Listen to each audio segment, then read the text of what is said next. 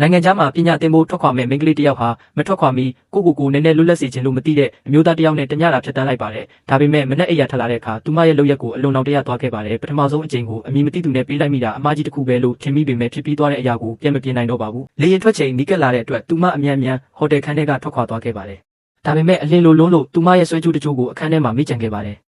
အဲ့ဒီအမျိုးသားကတော့တကယ်တမ်းစီးပွားရေးအင်အားကြီးလုပ်ငန်းရှင်တယောက်ဖြစ်ခဲ့ပါတယ်။သူနိုးလာတဲ့အခါအခန်းထဲမှာကြံခဲ့တဲ့ဆွဲကြိုးကိုတွေ့ပြီးအဲ့ဒီမိန်းကလေးကသူ့အတွက်ထူးခြားသူတယောက်ဖြစ်နေပြီလို့ခံစားမိခဲ့ပါတယ်။ထို့ကြောင့်သူ့ရဲ့အကူအညီမှုကိုဘယ်လိုပဲဖြစ်ဖြစ်အဲ့ဒီမိန်းကလေးကိုရှာဖွေခိုင်းခဲ့ပါတယ်။ရှာဖွေမှုဟာ9 နှစ်တိတိကြာမြင့်ခဲ့ပါတယ်။ဒီအချိန်အတွင်းမှာမိန်းကလေးဟာနိုင်ငံခြားမှာကလေးလေးတယောက်ကိုမွေးဖွားပြီးကြီးပြင်းလာအောင်ပြုစုပြောင်းထောင်ခဲ့ပါတယ်။ပညာသင်ပြီးဆုံးပြီးနောက်သူမဟာမြန်မာနိုင်ငံကိုပြန်လာဖို့ဆုံးဖြတ်လိုက်ပါတယ်။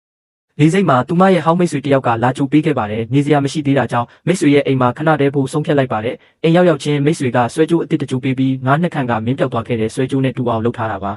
။ဒီတစ်ခါတော့မပြောက်စေနဲ့နော်လို့ပြောခဲ့ပါတယ်။သူမကတောင်းပန်ပြီးဆွဲကြိုးကိုဝစ်ဆင်လိုက်ပါတယ်။တစ်ဖက်မှာတော့လုပ်ငန်းရှင်ကြီးရဲ့အကူအညီမှုကမိန်းကလေးအိန္ဒိယကိုပြန်ရောက်လာပြီဆိုတာသတင်းပေးလိုက်ပါတယ်။လုပ်ငန်းရှင်ကြီးလည်းသူမရဲ့နေရာကိုချက်ချင်းသွားရှာခဲ့ပါတယ်။အပေါ်ထက်ကိုတက်သွားနေချိန်မှာပဲမိန်းကလေးဟာသူမရဲ့သားလေးနဲ့အတူဈေးဝယ်ထွက်ဖို့အိမ်ကနေထွက်လာခဲ့ပါတယ်။သူတို့နှစ်ယောက်ဟာတယောက်နဲ့တယောက်နီးနီးကပ်ကပ်ဖြတ်တန်းသွားကြပေမဲ့လုပ်ငန်းရှင်ကြီးကသူမကိုမတိမတာနဲ့မမှတ်မိနိုင်ခဲ့ပါဘူး။ကံကြမ္မာကသူတို့ကိုနီးစပ်အောင်လုပ်ပေးခဲ့ပေမဲ့တကယ်အချိန်မရောက်သေးတယ်လို့ပဲ။